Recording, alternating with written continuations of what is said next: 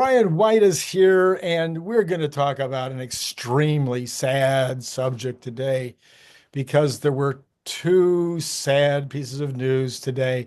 Actually, it might be yesterday because this is probably Tuesday that we're showing this. But the first piece of sad news, Brian, is that the $7,500 tax advantage is been written into or out of, however you want to look at it, the Republican budget bill. It was indicated that it will end at the end of December, as predicted by my chin. Don't know what you had thought about that. But so what do you think? We're going to lose? Well, pretty sure this budget's going to pass.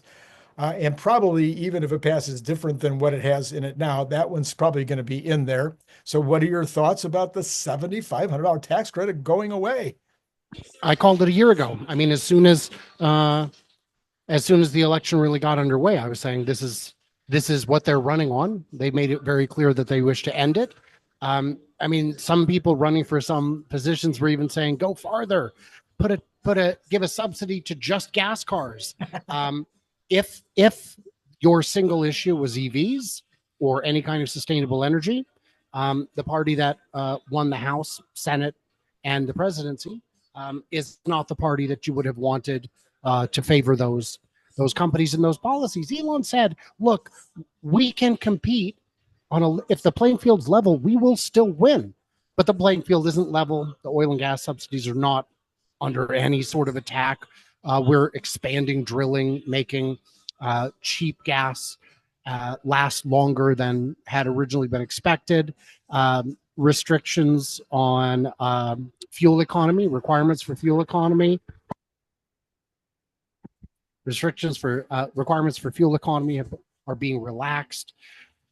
And it's unfortunate. We're seeing also, because of uncertainty on these different policies, we're seeing all the battery manufacturers either stop construction or limit construction of the battery plants that they had intended to build, which will put us at a competitive disadvantage. So my answer to it all is the future of automotive technology is electric.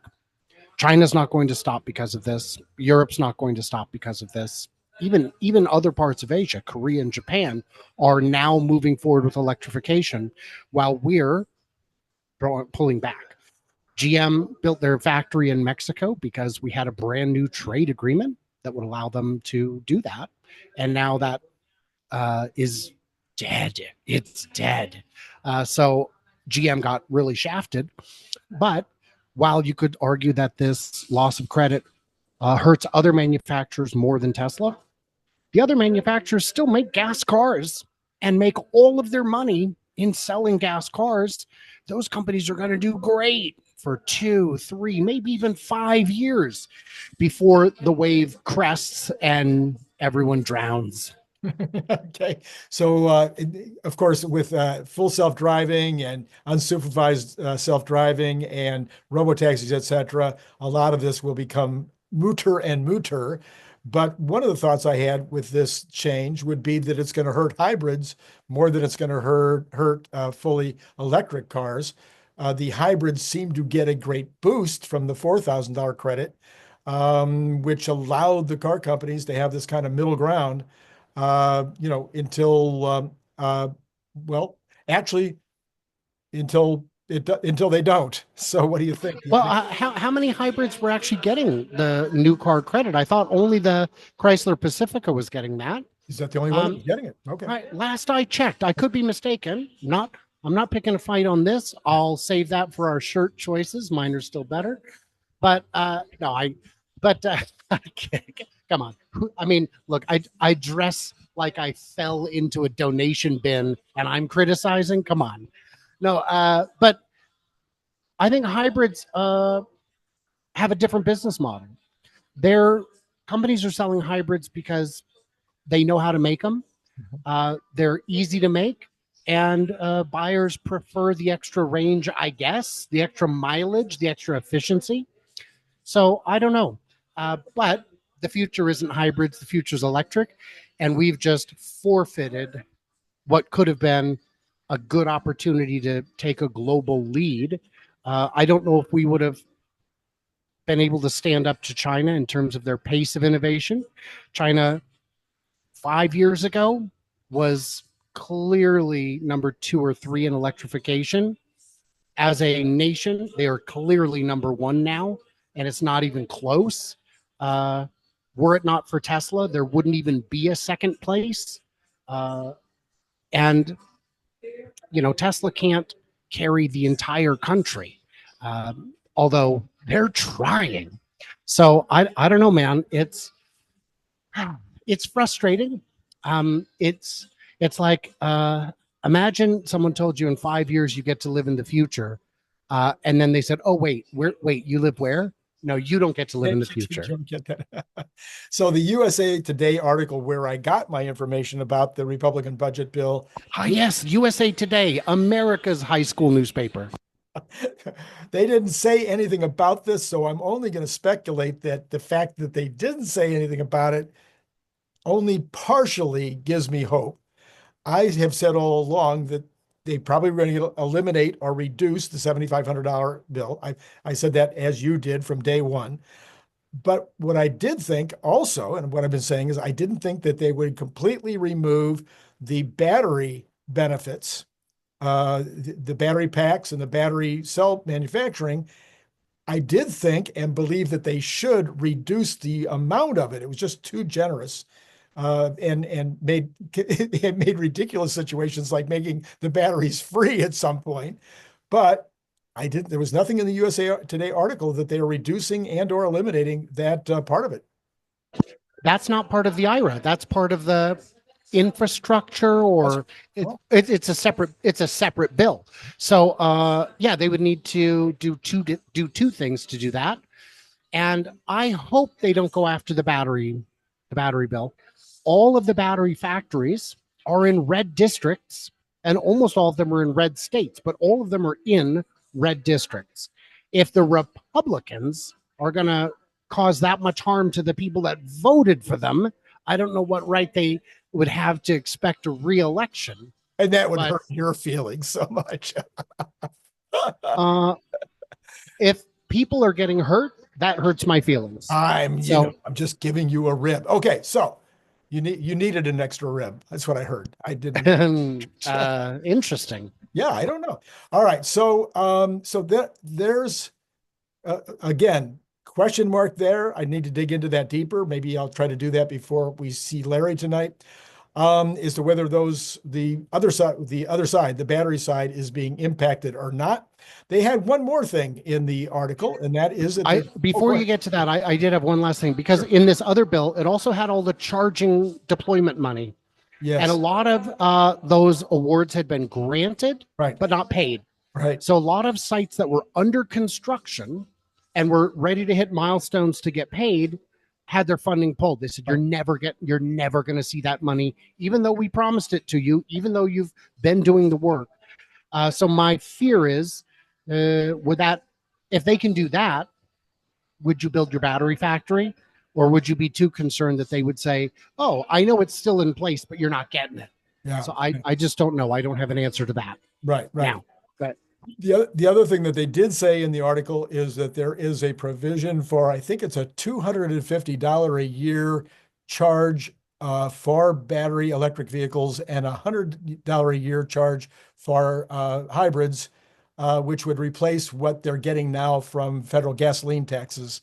I don't like the government to ever tax anything, but I have been on the other side of this one from the very beginning when states started doing this. We do have to repair our roads, and we do probably have to build new ones. And if they're not going to get the money from the gas tax, then they got to get it from somewhere.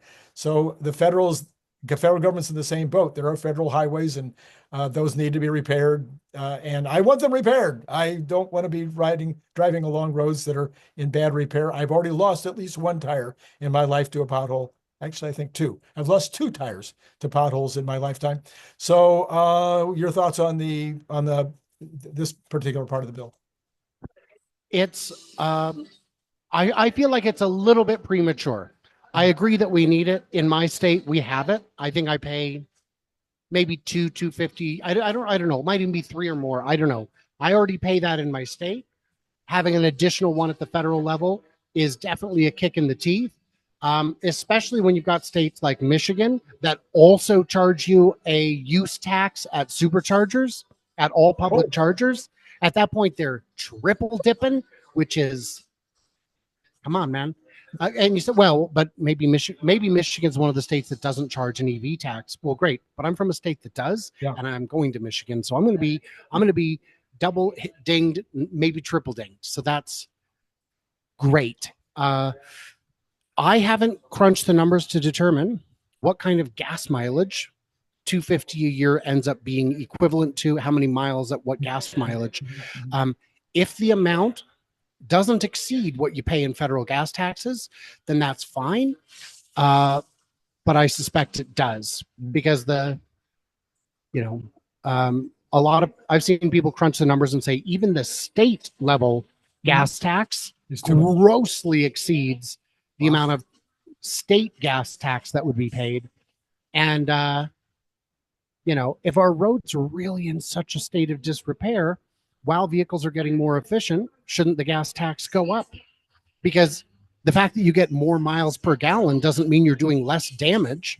And I'm just getting real sick of politicians picking on EVs because they don't like them. They just don't like them. It's like there's that news. Some of them definitely don't. A lot of them don't get them. I would argue most of them have never been in one. A lot of things that everyday people do, politicians don't. That's why unsolicited phone calls weren't illegal until the 90s, when people of congressional age finally had to answer their own phones and realized, I can't. And then same with junk email. It wasn't until our dinosaurs in Congress and Senate at the time got email that they realized this is unworkable. So these people don't necessarily want or own or have experience with electric cars, but by gum do they hate them. That's right. And they're hell-bent on making something that shouldn't be political, and that makes me sad as a human. Yeah, so then we have the flip side of that very coin, where it used to be that we had the Tesla had this cadre of politicians at the White House or in Washington, Oregon, or California and New York that were in love with Tesla and were trying to do everything and electric vehicles, and trying to do everything they could to support it. And now, sadly, that has flipped because of Elon's being political in the wrong way, according to those folks. And so Cathie Wood came out this morning and she echoed what I've been saying almost word for word, which is, I do believe that there has been, she says she believes that there has been damage done to the brand. She thinks it will be short-term, short-lived. So brand damage, she was specifically, I think, I didn't watch her whole statement, but the brand damage in the United States, I think, is small, not that great, much greater in Europe, and probably not at all in China. And short-lived, I think I would tend to believe that also, maybe never going away completely, because Elon's not going to flip his approach anytime soon. What do you think about all of it? Do you think there's a lot of brand damage, a little brand damage? Do you think the conservatives will make up for some of that brand damage both here and in Europe? Where do you come down on all this as a marketing guy? So I would agree that in China, there is no brand damage. China's news is so filtered, and Elon has never said a word about Chinese politics, which is strange because China has very specific politics. You'd think he'd have an opinion about that, but for some reason, he's been silent. Weird. In Europe, I haven't been to Europe since he has spoken about European politics. But the people that I talk to, the YouTubers who love electric cars, love Tesla, and love Elon, are not super jazzed when I ask the question, because it is real. It is impacting not just their channels, but them. And I know Elon, when he had his big moment where he told advertisers to go climb in a frunk, I think it was. I'm not sure what he said. Something about a frunk. I think it was a frunk, yeah. Climb in a frunk yourself, I think is what he said. he's got enough money, he can say that. It doesn't affect him. But those of us who have kind of built our jobs around him don't have that luxury. And I have watched channels go out of business. Just stop. They just had to stop. I was barely making any money, and now I'm making negative money. I'm out. Yeah. Yeah. And I've seen, it's just like I was saying with, he can afford more security. Other people can't. It feels like the fervored pitch has fallen off a bit. Would you agree? We haven't seen the vandalisms, the fires, we haven't seen that in a month or two. Yeah. And I think the immediate clampdown on it is what was needed, because I no longer worry the way I did a month and a half ago that I could be in danger going to an event. Right. But how permanent is it? I don't know. I can't speak for those people. There are people who have very strong emotions. Someone said, wow, I thought that because Democrats like electric cars, how can they hate Elon because of his politics? I'm like, well, because his politics are separate from his products, right? I mean, please tell me you understand that. The people who don't think his politics can be separated from his products are the ones setting cars on fire. Please tell me we're smarter than them. So I don't know. So your next question was, will conservatives make up for the shortfall? And I'm going to tell you categorically, not a chance in hell. Not a chance in hell. Not a chance in hell. I've been tempering my tone on that before, but these are people who've spent the last 15 years saying, no way in hell am I buying an EV. And while I've seen a handful flip because they love Elon, the overwhelming majority have not flipped. And they think I do love Elon, but I'm not buying an electric car. So I do not see the brand enhancement getting close to rivaling the damage done among certainly American liberals. Mm-hmm. I know people who had millions of dollars in shares who've sold them. I know people who bought 4 or 5 Teslas in a row who are now buying other brands. I know people who've supported my channel financially for years who have said, I'm out and take my name off. Wow. And it's like, these are not concern trolls. These are real people with very strong opinions who I know in real life. And I'm not and conservatives are not like showing up and saying, I'm going to support your channel instead.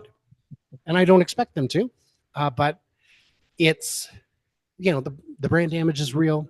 And I don't, and then the last part of your question was, well, what about in Europe? Can it be overcome? Way outside my area of expertise. I will be of no help to you on that. Okay. All right. Yeah. So I'm like you. I want to watch. I want to keep, my ear to the ground. I don't get out much anymore. So I'm not talking. I'm other than my family members who are all conservative. I don't get many touchstones in terms of conversations to find out if the moods or minds are being changed. My own brother did just buy a different hybrid as opposed to buying a Tesla, but it was nothing to do with politics. It had everything to do with the fact that he says the Tesla was too complicated to use. Now, he is old like me. He's 2 years younger than me, so that's really old. And he said it was just too complicated. And I got a ride with him in his new hybrid, and I didn't realize how complicated hybrids were getting, but his entertainment screen was filled with all kinds of options as well. We seem to have frozen. There you Very weird. You froze, yes, and very weird. Very weird. Hopefully that all came across. We can hope. All right, I think it did. I got all of it. I'm just gonna say real quick. Yeah, I don't know what hybrid he's driving. But okay, fine. It did. It had a pretty elaborate screen with a lot of choices of things that you could do to change this and change that, like we do on a Tesla. It was and it was not nearly as clever. It wasn't laid out as well. So I didn't say anything to my brother because I was being kind, that I thought the Tesla layout was better and more understandable, easier to deal with. But anyway, keeping our ear to the ground as to what's happening with those voters, I think would be somewhat useful, even though, of course, my belief that we will eventually eliminate all of that by virtue of the fact that unsupervised is going to get unsupervised is going to get people's butts into seats, whatever their politics are. All right. Love it.